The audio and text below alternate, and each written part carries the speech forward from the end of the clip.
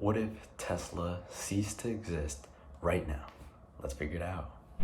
Hi, I'm Kevin Castaneda, and this is Kevin's Mindset, where we talk everything finance, investing, mindset, and productivity. Today, we're going to be talking about the previous statement. It sounded weird.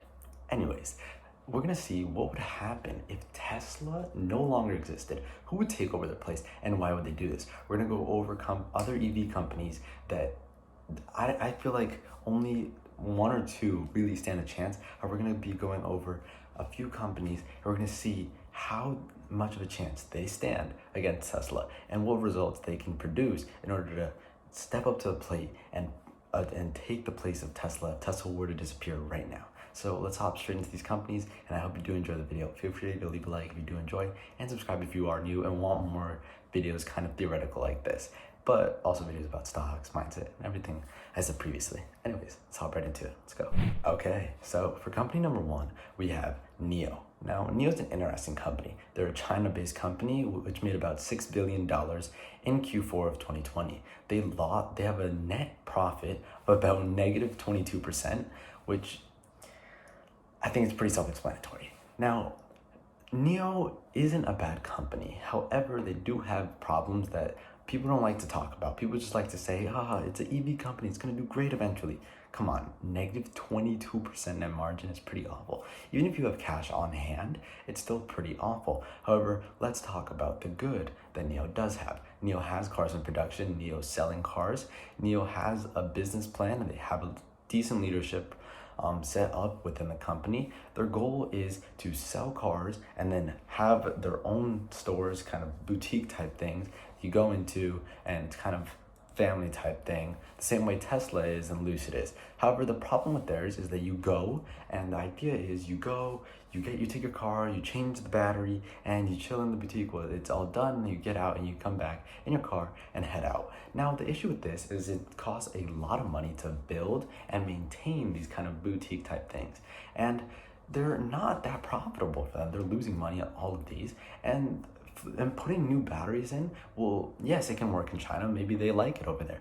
And just being subject to really looking in depth of the consumer's eyes, would you like to take your car and go get the battery changed once a month or once every 3 months, whatever it is? No, you wouldn't like to go ever, right? Even if you don't have to charge the car, it's not great to go and change your battery, right? You're better off just getting a Tesla, charging it every once in a while, charging it at home. You'll be better off that way. It's not even that expensive.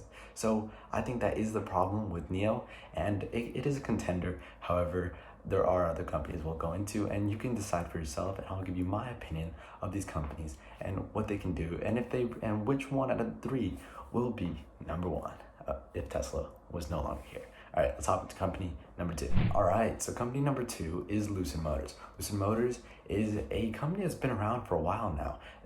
About 12 years ago, they were under a different name, and they were making batteries for cars and trying to help racing cars do well. And they actually have the best racing engine and battery for an EV vehicle. And then eventually they transformed the company that they are now, Lucid Motors. And the CEO is Peter Rawlinson, who used to work at Tesla. He helped develop the Model S, and it was his baby. He loved the car. However, when he told Elon Musk that he thought that the car was not ready to be produced, Elon Musk decided that it was ready, and they kind of argued about it, and they decided that the best plan of action was for them to part ways. It wasn't a harmful or anything. It wasn't a harmful separation. It was just they decided that they didn't fit together and that it would be better if they parted ways.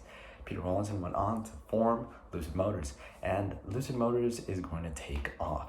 Now, if Tesla wasn't here, Lucid Motors I think that they could step up to the plate. They do have manufacturing starting. They finished a factory in December 2020, and it's a great factory that they have built, and they're really getting ready to start making cars by this summer. And yes, the one thing that we do have to keep in mind is that NIO already sold cars, and Lucid does not have any cars sold. However, the thing with Lucid is that they are an American-based company, and they don't have the plan to take out batteries from the car, which in my opinion is an advantage against NIO, even though that NIO already has sales and is already producing.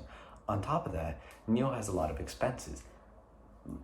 Lucid does not have any expenses. They're just starting up their factory, they're testing their cars, they're making sure it's at peak performance in order for them to start selling the car.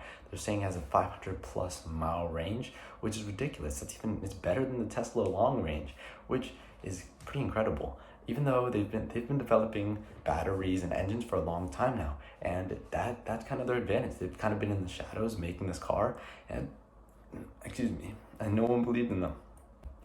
Sorry. But now, after time's gone by, they've proven that yes, they can make the car, and they've shown the car, and it's not another Nikola incident.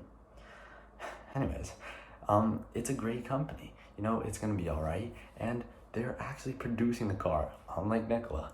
But it's going to be a wonderful company, and it already is a wonderful company. They're getting the right people in first, which if you did read Good to Great, which talks about companies and how they can go from good to great.